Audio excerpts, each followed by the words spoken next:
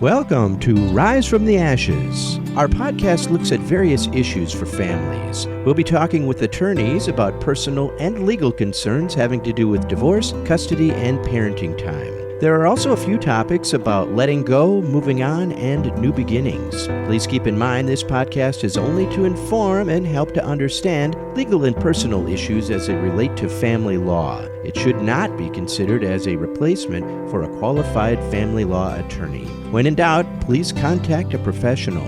Rise from the Ashes, focusing on matters of the family because family matters.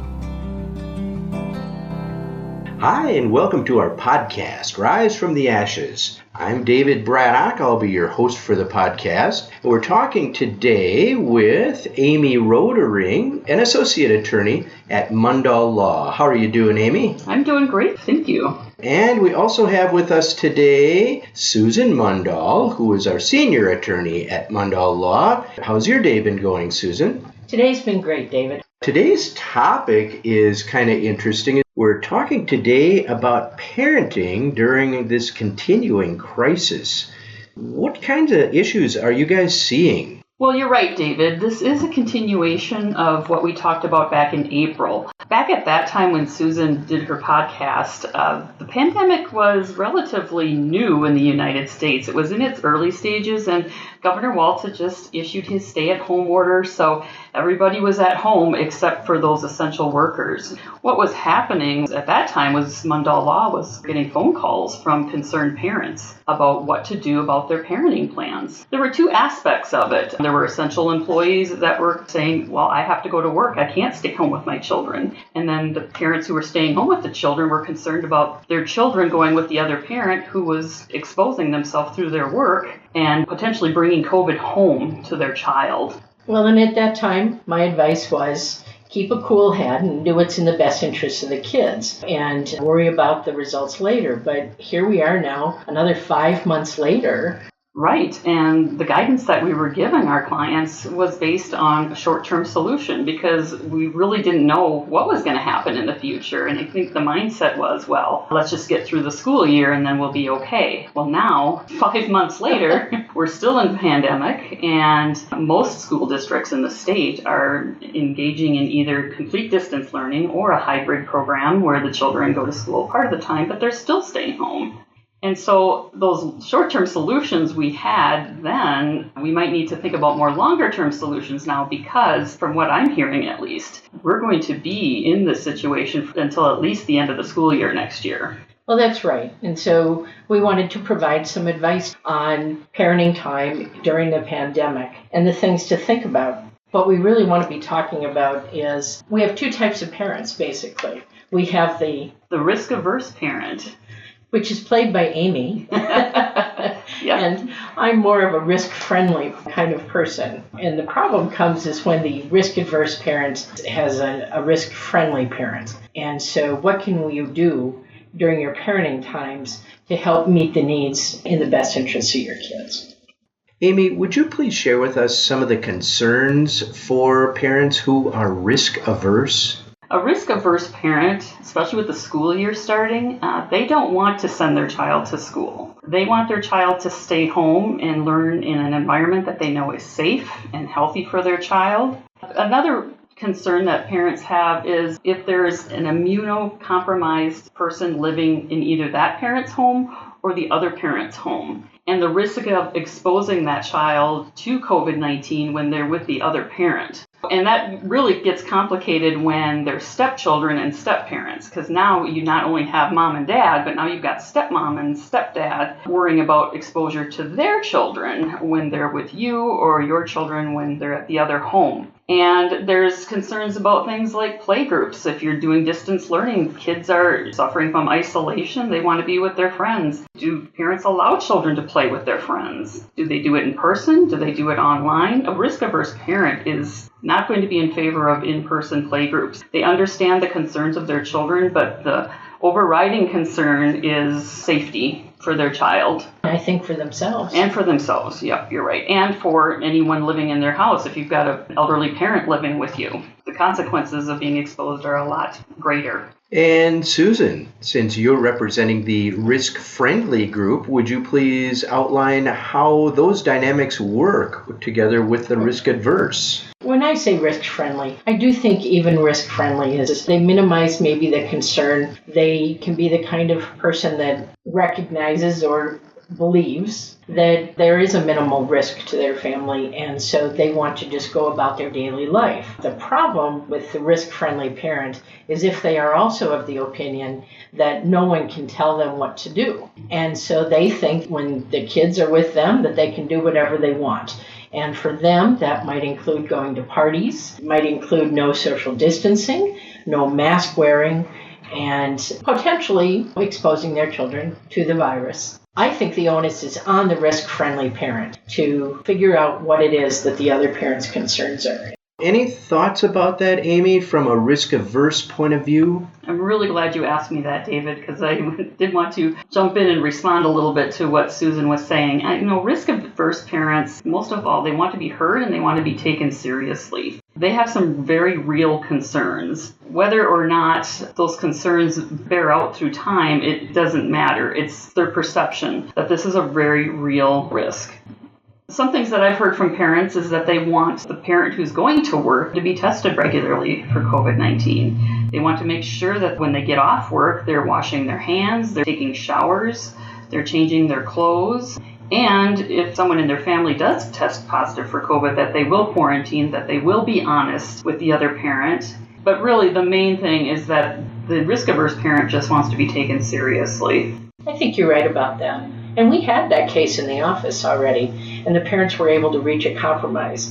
And in that particular case, the concern was that one of the parents wanted to fly the child to another state. What the agreement was is that the other parent wouldn't fly them to the state until they got the go-ahead that travel was safe. And that satisfied both parents.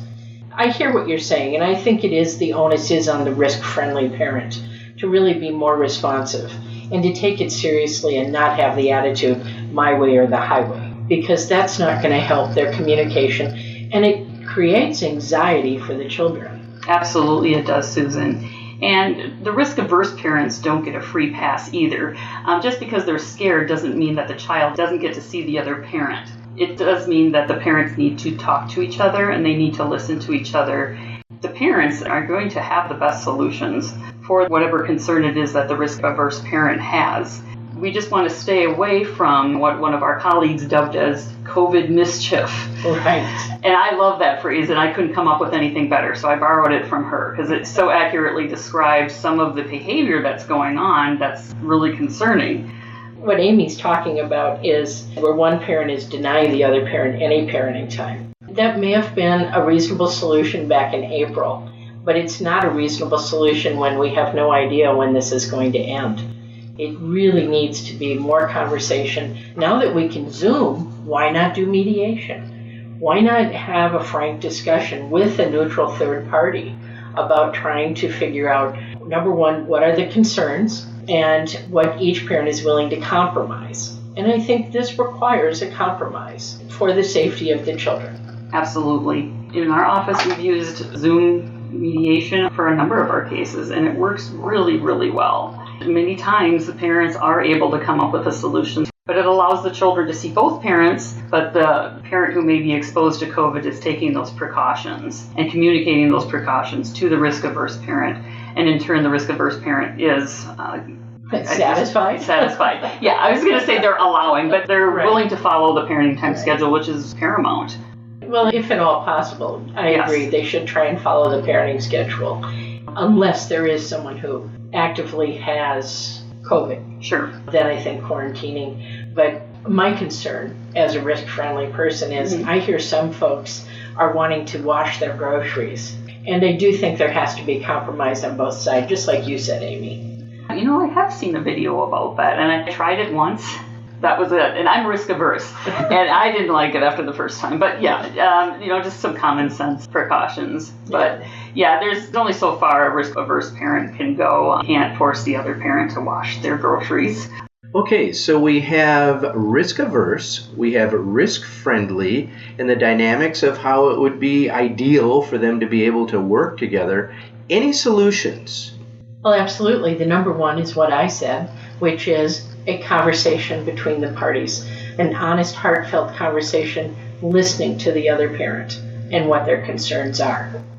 Yes. That is vitally important. It is equally as important, though, to not have these conversations around your children. Children are already feeling the stress of this pandemic and the upset in their routine, especially school-age children. And hearing the parents talk about it makes them feel even more anxious, uncertain, or downright scared. And that's true in any case. Whenever you're talking about parenting time or anything to do with the kids, you do it away from the children. And if all possible, to have a unified front, to have these agreements in place so they know that at mom's house and dad's house, they know when they're going to be wearing masks and how often to wash their hands and those kind of things. We have seen over and over again that those are best worked out in mediation if the parties can't speak with each other.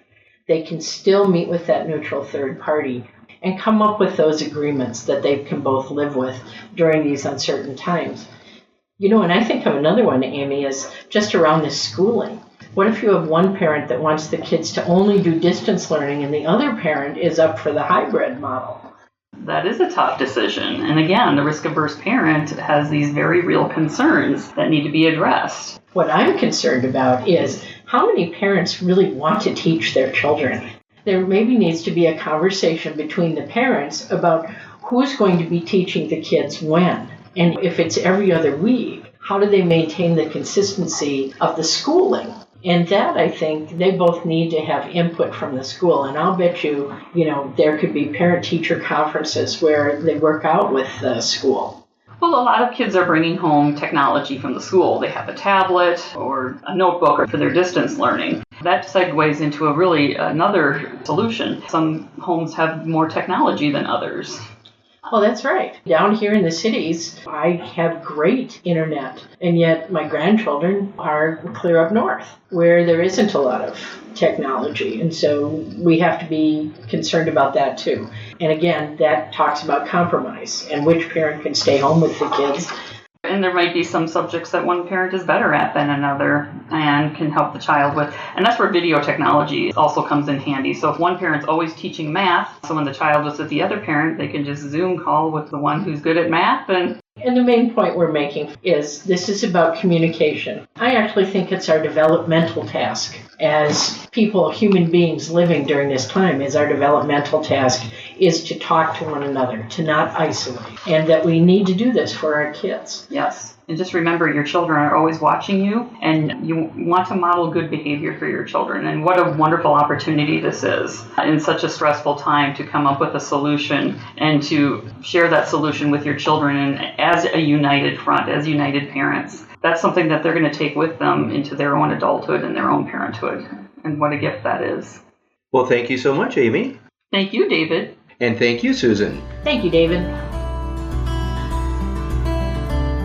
You are listening to Rise from the Ashes, the podcast channel that takes a careful look at all things having to do with legal procedure within the family law process. Rise from the Ashes is sponsored by Mundall Law, who specializes in assisting families and individuals through the legal process with respect, dignity, and caring.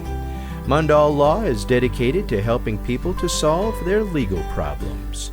You can visit the Mundall Law website at mundalllaw.com or call to schedule a consultation with one of their qualified family law attorneys. Rise from the Ashes, focusing on matters of the family, because family matters.